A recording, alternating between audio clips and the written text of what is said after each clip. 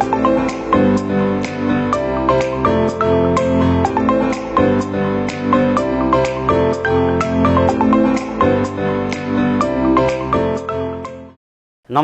म दिनेश खड्का, सहशिक्षक एसयुएमआई कालिम्पोङबाट।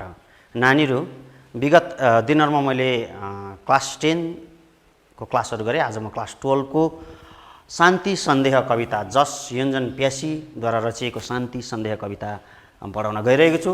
मैले यो शान्ति सन्देह कविता शीर्षक लेख्ने साथ त्यसको मुनिपट्टि मैले युद्ध विरोधी कविता भनेर लेखेको छु। यो युद्धको विरुद्धमा शान्तिको पक्षमा रचना गरिएको कविता हो। र नानीहरू, यहाँ पनि हामी जस योन्जन प्यासीको कविता शान्ति सन्देहको पठन पाठन र साहित्यिक परिचय पढ्नेछौँ। साहित्यिक परिचय। कवि जस योन्जन प्यासीको जन्म दार्जिलिङको चुङथुङ चिया कमानमा सन् 1949मा भएको थियो। उत्तर बङ्ग विश्वविद्यालयबाट एमए अनि पिएचडी गरेका योन्जनले जर्नलिजममा डिप्लोमा पनि गरेका छन्। उनले आकाशवाणी खरसाङमा समाचारवाचक, खरसाङ महाविद्यालयमा प्राध्यापक अनि बिजनबारी डिग्री कलेजमा प्राचार्य पनि भए। उनले विद्यार्थी कालदेखि नै लेख्न थालेका हुन्। योन्जनले नाटक, कविता, कथा, समालोचना, निबन्ध, अनुवाद आदि विधामा कलम चलाए। उनी आधुनिक कालको प्रगतिवादी धाराका कविता लेख्ने कवि हुन्। उनको कविताहरूमा आजको युगको विसङ्गति र व्यवस्थाको विकृतिप्रति व्यङ्ग्य र विद्रोह पाइन्छ। आजको युगको युवाहरूको दुःख र अन्योलता अनि यसप्रति चिन्ता व्यक्त गरेका छन्। साथै समाधान खोज्ने कोसिस पनि गरेका छन्। समाज, देश र जातिमाझ भएको रिस, द्वेष, डाहा, ईर्ष्या बढिरहेको छ। आज यिनै कुराहरूले विश्वमा अशान्ति बढिरहेको छ। कवि योन्जनको कवितामा विश्व शान्तिको स्वर पाइन्छ। आजको विश्व र समाजप्रति उनको कवितामा कुण्ठा, आक्रोश र विद्रोह पाइन्छ। कवि जस योन्जन प्यासीलाई साहित्य सेवाको निम्ति अरोगी पुरस्कारले सम्मान गरियो। आकाशवाणी नाट्य लेखन पुरस्कार पनि उनलाई प्रदान गरियो। सन् 2004 सालमा शान्ति सन्देह कृतिको निम्ति उनलाई साहित्य अकादमी पुरस्कार पनि प्रदान गरियो। उनका प्रमुख प्रकाशित कृतिहरू: एउटा देशको खोजमा कविता सङ्ग्रह, प्रकाशनकाल सन् 1985, शान्ति सन्देह कविता सङ्ग्रह, प्रकाशनकाल सन् 2002, नयाँ सूर्यको प्रतीक्षामा नाटक सन् 1992, चिट्ठी पत्रात्मक उपन्यास सन् 1978, प्यासीका केही समालोचना प्रकाशनकाल सन् 1991, परख समालोचना प्रकाशनकाल सन् 2013। कविताको पृष्ठभूमि। यो कविता बुझ्नको निम्ति विद्यार्थी नानीहरूले यो कविता किन, कसरी, कस्तो समयमा लेखियो सानो पृष्ठभूमि जान्नु जरुरी भएकोले गर्दा यहाँ कविताको पृष्ठभूमि अगावै राखियो। शान्ति सन्देह कवितामा विश्व शान्तिको स्वर छ। पहिलो र दोस्रो विश्वयुद्धको नरसंहारले विश्व शान्तिलाई खलबलाएको छ। आज विश्वको धेरै देशहरूले परमाणु जस्ता घातक बम बनाएका छन्। विश्वमा भइरहेको शान्तिको कुराहरू केवल देखाउने वा फोस्रो हो। शान्तिको कुरा गर्दै हतियार थुपार्नु र बनाउनुमा विभिन्न देशहरू कम्बर कसेका छन्। आज विश्वमा शान्ति छैन, शान्तिको कुराहरू मात्र छन्। यो कविताको पृष्ठभूमि हो। यही पृष्ठभूमिमाथि यो कविता लेखिएको छ। नानीहरू, यस कवितामा एउटा कथानक छ। कथा जस्तो एउटा कविताभित्र कथानक घटनाहरू छ। एउटा घटना देखा पर्छ, त्यसलाई प्लट भनिन्छ। यो कविताभित्र एउटा प्लट छ। नानी सुन्नुहोस् है त्यो प्लट। एक हुल मानिसहरू भेला भएर विश्व शान्तिको निम्ति एक समारोहको आयोजना गर्छन्। समारोहको समाप्तिपछि, समारोह सकिएपछि भनेको नि, सेता परिवारहरू आकाशमा उडाउँछन् शान्तिको निम्ति। तर मानिसहरूले बम बारुद हतियार आदिद्वारा गरिएको युद्धको कारण आकाश अति प्रदूषित भएको छ। पहिल्यै कतिपय लडाइँहरू लडेर आकाश एकदमै प्रदूषित छ, मैला छ। आकाश धुवैँ भएको छ। उडाइएको सेता परेवाहरू त्यो धुवाँयुक्त मण्डल वा आकाशमा बाँच्न सक्दैनन्। त्यो मान्छेहरूले जुन विश्व शान्तिको एउटा कार्यक्रम गर्छ, आयोजना गर्छ, त्यहाँदेखि सेता परेवाहरू आकाशमा उडाउँछन्। तर त्यो परेवाहरू अघिबाटै मानिसहरूले लडाइँ गरेर आकाशमा उडेको धुवाँ बारुदको धुवाँहरूको कारण त्यो परेवा आकाशमा उड्न सक्दैनन्। अब नानीहरू कविताको विश्लेषण। परेवा सेता सेता उडाइए म हेरिरहेछु, उडे ती सेता सेता परेवा आकाशमा, फिजाएर सेता परेवाहरू बतासमा, सेता पखेटाहरू बतासमा, तालीहरू बजे तलबाट, माथि पुगेका सेता परेवाहरूसँगै रमाएर, तर पलमै बुन्न थाले जालहरू छातीभित्र बाँचेका काला परेवाहरूसँगै थुनिएर। विश्लेषण। कविले यस कवितामा विश्व शान्तिको कामना गरेका छन्।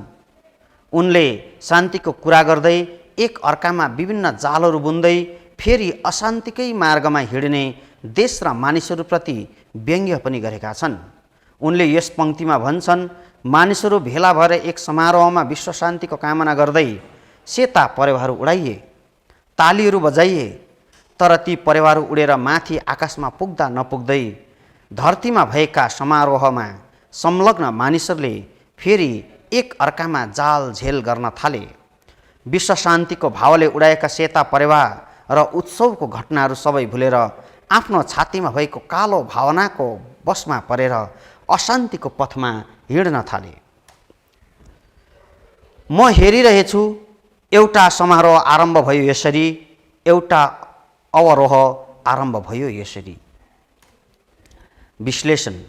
कविले यस कवितामा विश्व शान्तिको कामना गरेका छन्। उनले शान्तिको कुरा गर्दै एक अर्कामा विभिन्न जालहरू बुन्दै फेरि अशान्तिकै मार्गमा हिँड्ने देश र मानिसहरूप्रति व्यङ्ग्य पनि गरेका छन्। उनले यस पङ्क्तिमा भन्छन्, विद्यार्थी नानीहरूले ध्यान दिनुपर्ने प्रत्येक विश्लेषणको तीनवटा लहरहरू एउटै देखा पर्छ, भन्छन्सम्म एउटै देखा पर्छ। त्यहाँदेखि निर्देश चिन्ह दिएपछि माथिको कविता पङ्क्तिको विश्लेषण तल राखिन्छ। त्यो तीनवटा पङ्क्ति किन यसरी राख्न आवश्यक छ भने उच्चतर माध्यमिक तहको प्रश्नहरू सोधिएको त्यसको उत्तरमा हामीले विश्लेषण गर्न अगाडि कविताको पृष्ठभूमि अलिकति राखेर मात्रै विश्लेषण गर्ने गरे उत्तर अति स्तरीय र स्वीकारयोग्य मिठो हुन्छ। यसकारण त्यो तीनवटा लहर चाहिँ विश्लेषणभन्दा अगाडिको भूमिका हो। फेरि त्यो तीनवटा लहर पढौँ। कविले यस कवितामा विश्व शान्तिको कामना गरेका छन्। उनले शान्तिको कुरा गर्दै एक अर्कामा विभिन्न जालहरू बुन्दै फेरि अशान्तिकै मार्गमा हिँड्ने देश र मानिसहरूप्रति व्यङ्ग्य पनि गरेका छन्। उनले यस पङ्क्तिमा भन्छन्, विश्व शान्तिको निम्ति एक समारोहमा भेला भएका मानिसहरूले समारोह सकेपछि विश्व शान्तिको कामना गर्दै सेता परेवाहरू आकाशमा उडाए। मानिसहरू आफ्नो स्वार्थको निम्ति एक अर्कामा जाल बुन्दै गोला बारुद र बन्दुकको धुवाँले रुमालिएको आकाशमा उडाएका ती सेता परेवाहरू पनि देखिरहेको छु। कविले त्यो अनुष्ठान, त्यो कार्यक्रम देखिरहेको हुन्छ, हेरिरहेको हुन्छ। अनि उनले त्यो अनुष्ठान हेरेर यो कविता लेख्छन् र उनले भन्छन्, मैले त्यो कार्यक्रम गरेको देखिरहेको छु। म देखिरहेछु, झरे ती सेता परेवाहरू छटपटाउँदै, आफ्ना ती सेता पखेटाहरू फटफटाउँदै, निस्सासिएर बारुदको धुवाँले प्रदूषित मेघमा रन्थनिएर उड्दा उड्दै विश्वव्योम छुने बेगमा। झरे ती सेता परेवाहरू छटपटाउँदै, आफ्ना ती सेता पखेटाहरू फटफटाउँदै, निस्सासिएर बारुदको धुवाँले प्रदूषित मेघमा रन्थनिएर उड्दा उड्दै विश्वव्योम छुने बेगमा। विश्लेषण। कविले यस कवितामा विश्व शान्तिको कामना गरेका छन्। उनले शान्तिको कुरा गर्दै एक अर्कामा विभिन्न जालहरू बुन्दै फेरि अशान्तिकै मार्गमा हिँड्ने देश र मानिसहरूप्रति व्यङ्ग्य पनि गरेका छन्। उनले यस पङ्क्तिमा भन्छन्, विश्व शान्तिको कामना गर्दै आकाशमा उडाएका सेता परेवाहरू मानिसहरूकै कुरीति कुनीतिको कारण झै झगडा भएर युद्धमा पड्काइएको गोला बारुद र बमहरूले रङ्गिएको वा धुवाँ भएको प्रदूषणयुक्त आकाशमा बाँच्न नसकेर निस्सासिएर छटपटाउँदै विश्व व्योमबाट आकाशबाट भनेको नि यस धरतीमा झर्यो। शान्तिको निम्ति उडाइएको सेतो परेवा आकाशमा बाँच्न सकेन। फेरि अर्को पंक्ति, सकिन्न भन्न फेरि कहिले अन्तरिक्षमा हावाहरू गङ्गा भएर बहलान्, सकिन्न भन्न फेरि कहिले यी सेता परेवाहरू चङ्गा भएर उड्लान्। विश्लेषण, कविले यस कवितामा विश्व शान्तिको कामना गरेका छन्। उनले शान्तिको कुरा गर्दै एक अर्कामा विभिन्न जालहरू बुन्दै फेरि अशान्तिकै मार्गमा हिँड्ने देश र मानिसहरूप्रति व्यङ्ग्य पनि गरेका छन्। उनले यस पंक्तिमा कुविचार कुभावनाद्वारा ग्रसित मानिसहरूले आफ्नो हात हतियार एकातिर थन्क्याएर आफ्नो हृदयबाटै विश्व शान्ति गर्ने कार्यमा कहिले संलग्न हुन्छन् र हाम्रो आकाश धरती अथवा सम्पूर्ण विश्व ब्रह्माण्डै स्वच्छ र शान्ति बन्छन् भन्ने भाव प्रकट गरेका छन्। यी प्रदूषित ब्रह्माण्डमा कहिले हावाहरू पवित्र गङ्गा झैँ बहलान् भन्न सकिँदैन। यसरी विश्व शान्तिको निम्ति समारोह गरी उडाएका सेता परेवाहरू स्वतन्त्र भएर निष्फिक्री उड्लान् र मानिसहरूले चाहेका विश्व शान्तिको कामना र चाहना पूरा होलान्। कविताको मूल भाव, विश्वमा शान्ति छैन। यहाँ शान्तिको निम्ति गरिएको ठुला ठुला कार्य र योजनाहरू केवल ढोङ मात्रै हो। केही छन् शान्तिको निम्ति सभाहरू गरिन्छ, योजनाहरू बनाइन्छ, तर त्यो केवल देखावटी मात्रै हो। शान्ति सभाको लगत्तै समाप्तिपछि फेरि सभामा भाग लिनेहरूले एक अर्कामा जाल बुन्न थाल्छन्, युद्ध गर्न थाल्छन्। अघि उडाएको शान्तिको प्रतीक सेता परेवा आकाशमा पुग्न पाएकै हुँदैन। सभा समारोह सबै भुलेर अशान्तिको निम्ति तत्पर रहन्छन्।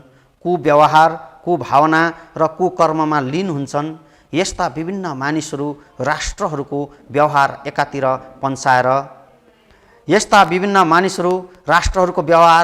पन्साएर कुनै दिन हाम्रो वातावरण विश्व ब्रह्माण्ड स्वच्छ र शान्ति बन्ला।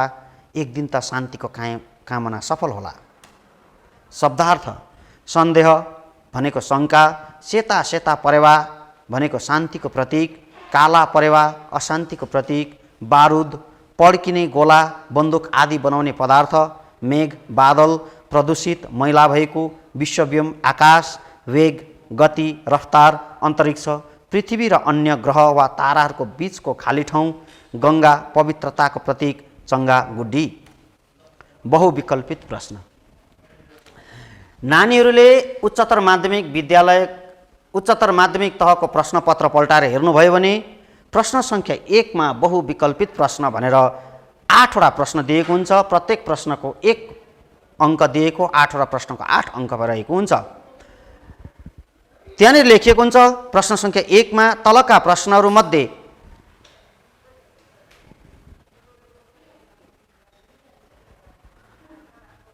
लेख्नुभयो, तलका प्रश्नहरू मध्ये 8 वटाको सही उत्तर ABCD लेख्नुहोस्। प्रश्न सङ्ख्या 1, कवि जस योन्जन प्यासीको जन्म कहाँ भएको थियो? प्रश्न सङ्ख्या 2, जस योन्जन प्यासीको जन्म कहिले भएको थियो? कवि जस योन्जन प्यासीलाई कुन पुरस्कार प्रदान गरियो? कवि जस योन्जन प्यासीलाई कहिले अकादमी पुरस्कार प्रदान गरियो? कवि जस योन्जन प्यासीलाई कुन कृतिको निम्ति अकादमी पुरस्कार दियो? शान्ति सन्देह भनेको के हो? सेतो परेवा के को प्रतीक हो? समारोह किन आयोजना गरिएको थियो? नानीहरूले यस प्रश्नहरूको उत्तर पाठ पढेर आफै तयारी गर्नुपर्नेछ। प्रश्न सङ्ख्या 3, तलका क र ख मध्ये कुनै एउटा पद्यांशका प्रश्नहरूका उत्तर 2 देखि 3 वाक्यमा लेख्नुहोस्। 2 मार्क्सको प्रत्येक प्रश्न 2 मार्क्सको हुन्छ। नानीहरूले प्रश्नपत्र पल्टाएर हेर्नुभयो भने प्रश्न सङ्ख्या 2 मा होइन, प्रश्न सङ्ख्या 3 मा मात्रै कविता खण्डबाट प्रश्न आएको हुन्छ। अनि त्यहाँनिर क र ख मध्ये कुनै एउटा पद्यांशको प्रश्नहरूको उत्तर लेख्नु 2 देखि 3 वाक्यमा मात्रै लेख्नुपर्ने हुन्छ। र यहाँनिर एउटा प्रश्न म नानीहरूको उदाहरणको निम्ति राख्नेछु। प्रश्न सङ्ख्या क, माथि पुगेका सेता परिवारहरूसँगै रमाएर तल पलमै बुन्न थाले जालहरू। यस कवितांशको शीर्षक र कविको नाम लेख। प्रश्न सङ्ख्या 2, सेता परेवालाई के को प्रतीक मानिन्छ?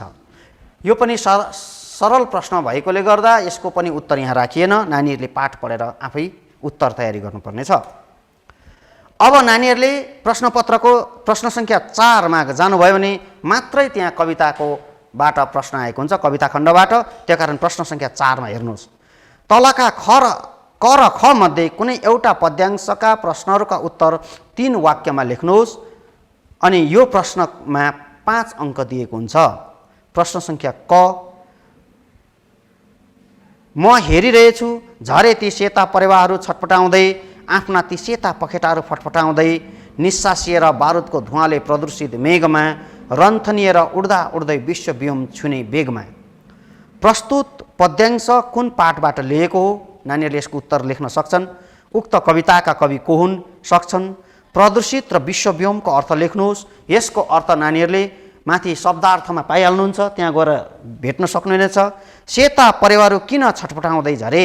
अघि कविता विश्लेषणको समयमा हामीले एउटा समारोह आयोजना गरे अनि त्यो समारोह समाप्तिपछि सेता परिवारहरू विश्व शान्तिको कामना गर्दै आकाशतिर उडाइए भन्ने कुरा पढेको थियौँ। त्यही कुरालाई यहाँ उत्तरको रूपमा लेख्नुपर्छ। अनि त्यहाँ एउटा कुरा पनि भनिएको थियो, मानिसहरूको झगडा र बारुदको धुवाँको कारणले आकाश प्रदूषित भएकोले उडेका सेता विश्व शान्तिका कामना गरेर उडाइएका ती सेता परिवारहरू आकाशमा निस्सासिएर धरतीतिर भुइँतिर झरे। कविका 2वटा कृतिका नाम लेख्नुहोस्। यसको उत्तर पनि तपाईँहरूले कविको प्रमुख प्रकाशित कृतिहरूमा गएर पाउनुहुनेछ। र विद्यार्थी नानीहरू, आज हामी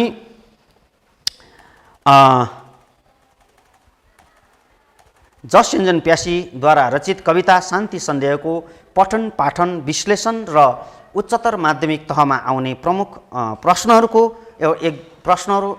एक दुईवटा हामीले यहाँ समाधान गऱ्यौँ र अर्को पटकको क्लासमा फेरि अर्को शीर्षकमाथि अर्को विषयमाथि हामी यहाँ पाठ पढ्नेछौँ, चर्चा गर्नेछौँ। धन्यवाद।